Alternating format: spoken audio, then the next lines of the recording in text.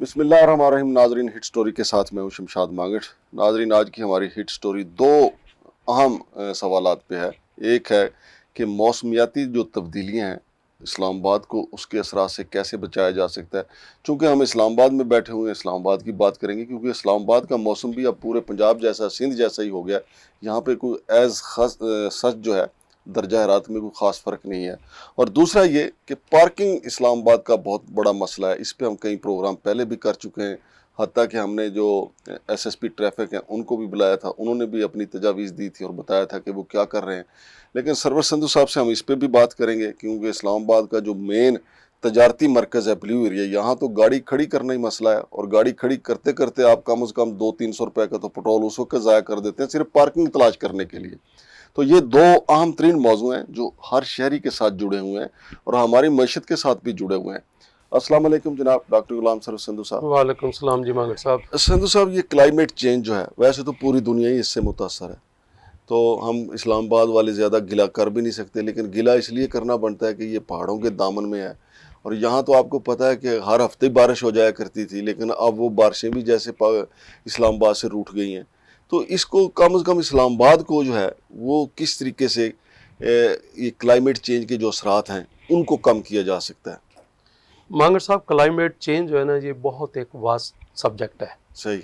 और मुझे थोड़ा सा हैरानी भी होती है कि इस पे इतने पैसे लगा चुके हैं हम। हमसे मुराद मिनिस्ट्री या सीडी है? मिनिस्ट्री। सही। ये मिनिस्ट्री का सब्जेक्ट है। सही है।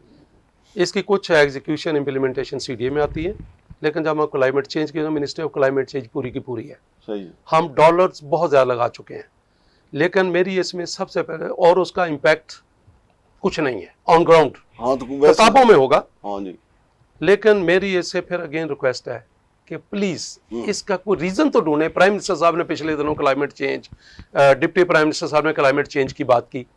मेरे भाई, मेरा तो एक सवाल है कि ये पूछ लें कि यार क्लाइमेट चेंज में जो लोग डील कर रहे हैं इसको, उनकी क्वालिफिकेशन और रेलेवेंट एक्सपीरियंस है या नहीं है। सही। क्लाइमेट चेंज में म्यूनिसिपल वेस्ट मैनेजमेंट, एनवायरमेंटलिस्ट, हाँ हार्टिकल्चरिस्ट, हाँ। और इस तरह के और जो मुतलका फील्ड हैं, ओजोन स्पेशलिस्ट, ऐसा सारे, इन सब का होना ज़रूरी है। सही। लेकिन मेरा ख्याल है कि वहाँ पे या तो कुछ आईटी के लोग ज़्यादा डोमिनेट कर रहे हैं, सही। या गवर्नमेंट ऑफिशल्स हैं। सही। तो मेरा ख्याल है कि इसको, ये मैं ब्लेम नहीं कर रहा, लेकिन ये देखना पड़ेगा कि इतने पैसे लगा के हमने अभी तक गेन क्या किया है। सही। मैं बिल्कुल ये इल्ज़ाम नहीं लगाऊंगा, ये मैं आपको बिल्कुल बता रहा हूँ एक बात, कि मिस्र में एक क्लाइमेट चेंज के हवाले से समिट हुआ था। तो वहाँ पे मैं चूँकि थोड़ा सा इन कांटेक्ट हूँ इंटरनेशनली भी, तो बांग्लादेश के कोई दोस्त थे जो समिट में शामिल थे। उन्होंने कहा कि यार हम 4 लोग, जो उसने बताया, और कहता पाकिस्तान का लंबा चौड़ा डेलीगेशन, और लेमोजीन्स के ऊपर या मर्सिडीज़ के ऊपर। सही। तो कहता कि हालांकि हम दोनों ही इफेक्टिव हैं उसके, हमारी टेक्निकल इनपुट थी, हमारी डिमांड थी फॉर एडिशनल डॉलर्स। तो मेरा भाई, इस क्लाइमेट चेंज के हवाले से तो मैं इतना कहूँगा पहले कि प्लीज़ इसमें कोई ना ब्लेम गेम है, ना कोई किसी को ऐसी को टारगेट करने वाली बात। लेकिन मेरे तो एज प्रोफेशनल मेरा है कि जी जो ये देख ले कि जी क्या जो मुतलका सब्जेक्ट क्लाइमेट चेंज का, इसके मुतलका क्वालिफिकेशन अगर कहीं फला है तो एक स्टडी करवाई जा सकती है कि जी किस किस क्वालिफिकेशन के, एक्सपीरियंस के लोग जो हैं वो क्लाइमेट चेंज से मुतलका होने चाहिए। यानी इसका मतलब ये है कि अगर मुतलका लोग आ जाएंगे, पेशावर लोग आ जाएंगे, तो फिर उसका असरात पूरे पाकिस्तान में अच्छे यस, ऑफ कोर्स, सिर्फ इस्लामाबाद नहीं। They are supposed to make policies. ठीक है, जब एक डायरेक्शन ही सही नहीं है, अगर मैंने मुख्तलिफ मुल्कों की रिपोर्टें उठा के पॉलिसी बनानी है, भाई उनका कॉन्टेक्स्ट मुख्तलिफ है, मेरा मुख्तलिफ है। हाँ जी। अब हम आ जाते हैं इस्लामाबाद में जी। इस्लामाबाद में जैसे हमने पहले भी कहा था, यहाँ हमारे जो टेम्परेचर राइज हुआ है ना, हाँ, इसको हमें फर्स्ट कंट्रोल करना चाहिए, और ऑन ईयरली बेसिस ये राइज कर रहा है। सही। और सबसे पहला तो है कि पॉपुलेशन इसकी बढ़ रही है, हाँ, तेजी के साथ। ट्रैफिक बढ़ रही है, स्मोक एमिशन है, हाँ जी। ठीक है, और ये नहीं पता चल रहा कि टेम्परेचर ज्यादा तेजी से बढ़ रहा है या आबादी तेजी से बढ़ रही है। मेरा ख्याल है दोनों में जो है ना मुकाबला जारी है। सही है। ठीक है जी। सही है। अच्छा, अब ये है कि इसमें इस्लामाबाद में हमारे पास एक एडवांटेज है कि हम जितनी ज़्यादा प्लांटेशन कर लें तो हम इसको कम कर सकते हैं। सही। तो मैं ये रिक्वेस्ट करूँगा कि जी आप उन रोड्स को देखें कि जहाँ पे ग्रीन बेल्ट्स में दरख्त लगे वहाँ टेम्परेचर क्या है सही। और कैसे सड़कें पड़ी हुई हैं जहाँ पे दरख्त लगाए जा सकते हैं, हाँ जी। तो वहाँ पे लगाए जाएं।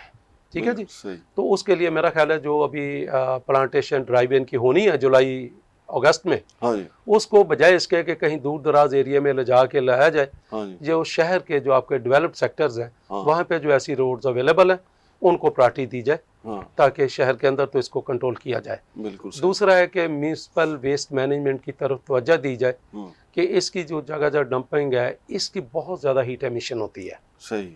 फिर हमारे तीसरी बात हमने की थी जो डेब्रीज हम डंपिंग कर रहे हैं सही।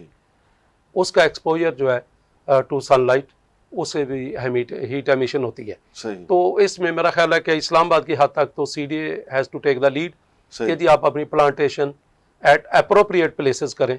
सही। और ये नॉट वंस अ ईयर, इसको आप ड्राइव को ट्वाइस अ ईयर करें।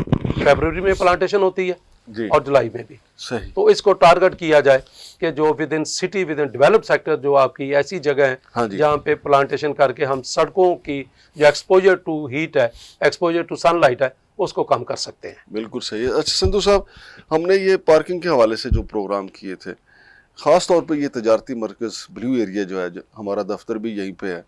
अब मुझे रोज़ाना की बुनियाद पे कोई 3-4 चक्कर तो सिर्फ इसलिए लगाने पड़ते हैं कि पार्किंग नहीं अवेलेबल होती। अच्छा, अगर पार्किंग अवेलेबल होती है, मिसाल के तौर पे बैंक है यहाँ पे या कोई फार्मेसी है या कोई लेबॉर्ट्री है, उन्होंने अपने वो बाहर कोने रख के 2-2 3-3 गाड़ियों की जगह उन्होंने घेरी होती है कि जी हमारा एग्जेक्टिव आएगा या उनका कोई क्लाइंट आएगा, उसके लिए जगह रखी होती है। क्वेश्चन ये है कि इस मसले का कोई फौरी हल नहीं है या हम इसी तरह तवाफ करते रहेंगे पूरे ब्लू एरिया का? जय साहब, ये बहुत सेंसिटिव इस शहर का, हमने 2-3 दफ़ा इस पे बात की, लेकिन आज हम पर्टिकुलर एरिया पे बात करेंगे। मेरे भाई सबसे पहली बात तो ये है कि ये जो है ना रिजर्व कार पार्किंग, हाँ। किसी को कोई राइट नहीं है। सही। This is public. ये कोने रखने वाला। यस, मैं आई वाज डायरेक्टर एनफोर्समेंट 2004-5 में। मेरा ये रूटीन थी कि जी जाओ, जहाँ जहाँ चेनें लगी हैं, जहाँ जहाँ लगी हैं, इन सबको हटाओ, no reserve parking, no reserve car parking. सही। तो मेरा ख्याल है कि रूटीन एक्टिविटी है, एनफोर्समेंट ऑफ DMA को ये डेली बेसिस पे करना चाहिए। और सही कह रहे हैं, क्योंकि इसकी वजह से मार कुटाई भी काफ़ी होती है। इसलिए कि क्योंकि उन्होंने गार्ड्स रखे होते हैं, वो आगे से रजिस्ट करते हैं। हाँ जी। लेकिन मेरा ख्याल है कि once you are strong enough in your action, जी। तो फिर ये कुछ भी नहीं है। सही। मतलब मैं समटाइम्स, मेरा ख्याल ये अच्छी आदत नहीं है, लेकिन मैं समटाइम जाके जानबूझ के उधर लेके जाता हूँ जिधर कौन रखी हो या सिक्योरिटी गार्ड खड़ा हो, हाँ। तो I have to tell him कि नो, ये रिजर्व नहीं है, ये पब्लिक पार्किंग है। और सर जी, शहर में गुलाम सरवर संधू एक है और बाकी पब्लिक जो है उसकी तादाद 10 लाख से ज्यादा है। बहरहाल CD has to take action. ये किसी का कोई राइट नहीं है, किसी को किसकी एलोकेशन नहीं है। ये तो एक मसला हो गया। अब अब बाकी दूसरी मसला आ जाए। अब ब्लू एरिया जो है ना, हमें ये देखें, ये हमारा CBD है, सेंट्रल बिजनेस डिस्ट्रिक्ट, हाँ जी। जहाँ पे लोकल कारोबार के साथ साथ लोग दूसरे शहरों से भी, हम रीजनल हब इसको कहते हैं, और इसमें वैरायटी है बिजनेस की। सो इधर लोगों का आना, ऑफिसेज में, लैब्स में, बैंक्स में, मुख्तलिफ जो किस्म के ट्रेड सेंटर है, उसमें आना एक कुदरती हमारा है, बनाया इस काम के लिए गया है। अब आपने सारे का सारा पार्किंग का लोड जो है ना 60% वो आपने सर्विस रोड्स के ऊपर डाल दिया है। ठीक बात। आपकी कार पार्किंग लिमिटेड है। हाँ जी। अब यहाँ पे इशू एक और है कि जनाब, अगर आप कार पार्किंग की बात करें तो उनमें कुछ कार पार्किंग ओवरलोडेड है, कुछ अंडर यूज्ड है। हाँ। मैंने अर्ज किया था कि कोई ऐसा मैकेनिज्म करें, कोई साइनेज करें, सही। कोई पुलिस को एंगेज करें, कोई आप NGOs को एंगेज करें कि जो अंडर यूज्ड है लोग वहाँ पे जाएं। इसका हल क्या है कि जहाँ पे डबल पार्किंग होती हैं, जो कंजस्टेड हैं, उनको ख़त्म किया जाए। हाँ। फिर इधर रवाज है कि मुंह अंदर करके गाड़ी का टेल बेचारी जो पिछले एक पूरी लेन रोक देती है, उसको आप फजल उल हक रोड की देले सर्विस रोड जो बिल्डिंग की तरफ है, हाँ। मेन कैरेज वे जो है, वो आधे का आधा रोका होता है। हाँ जी। तो मेरे भाई यहाँ पे पार्किंग को नो पार्किंग किया जाए, हाँ। वगैरह पर साइनेज की जाए। हाँ नंबर 2, एक आपके साथ ये ग्रीन बेल्ट है, सही। मैंने अगर पहले किया था कि फॉर द टाइम बिंग आप उसको प्रॉपर इको पार्किंग में डेवलप करें। हाँ डेवलप करनी कुछ नहीं, आपने कंट्रोल्ड एंट्री एग्जिट देनी है। सही। एक तो शेडी पार्किंग हो जाएगी, हाँ जब आपको होगा हाँ। जरूरत होगी उसकी डेवलप करना होगा, यू कैन। और पार्किंग के साथ अच्छी ग्रीन बेल्ट डेवलप हो सकती है, सही। जरूरी नहीं कि आपने सारे में खाका डालना है, सही। एक प्रॉपर डिजाइन हो। दूसरा, ये सर्विस रोड पे आपका एक लिफ्टर हो। हाँ और मैंने पेशावर में देखा है, मैं गया सेक्रेटरीट, मेरी सीएम साहब से मैंने मिलना था, चलो मेरा उस समय खैर लोकल गवर्नमेंट में मीटिंग हुई, तो मेरे भाई गाड़ी उन्होंने उठाई, उसने कहा जी 2000 रुपया देना है तो गाड़ी नीचे है, सरकारी फीस। हाँ उनका लिफ्टर मैंने देखा मुसलसल उधर गश्त कर रहा है। तो मेरे भाई इधर भी एक लिफ्टर, और जो गाड़ी डबल कार पार्किंग और सर्विस रोड के ऊपर खड़ी हो उसको मेरे भाई आप उठाएं और 2000 रुपया फाइन ले। हाँ और साथ ही मैं कहूंगा कि सर्विस रोड के ऊपर आप कार पार्किंग जो है इसको टोटल बैन कर दें, और सामने ग्रीन बेल्ट जो है उसको प्रॉपरली आप एंट्री एग्जिट के साथ आप उसको पार्किंग में कन्वर्ट कर सकते हैं। सही। दरख्तों को नुकसान ना पहुंचे, बल्कि दरख्त और ज्यादा लगाएं। हाँ सही। तो इस तरह आपका कार पार्किंग का मसला भी हल हो जाता है। और आपकी देखें, इसमें सबसे वकूफ है कि लैब्स भी हैं, हाँ जी। हॉस्पिटल भी हैं, जी पेशेंट आते हैं, घंटा घंटा आपको ट्रैफिक में फंसे रहना पड़ता है। जी सही। पेशेंट मुसीबत में, मुश्किल में, हाँ। उसके साथ अटेंडेंट मुश्किल में, हाँ उसके साथ आप फ्यूल आपका लग रहा है, हाँ। उसके बाद जो कोफ्त हो रही है, सही। और उतनी देर ही एक और चीज जो है कि उसना स्मोक एमिशन भी हो रही है, हाँ फर्दर वो ऐड कर रहा है। हाँ। तो मेरे भाई इनको आप कर सकते हैं कि जो ये सर्विस रोड है, ये सीडीए और ट्रैफिक पुलिस के तावन से हो गया ना सारा जी कुछ? जी बिल्कुल।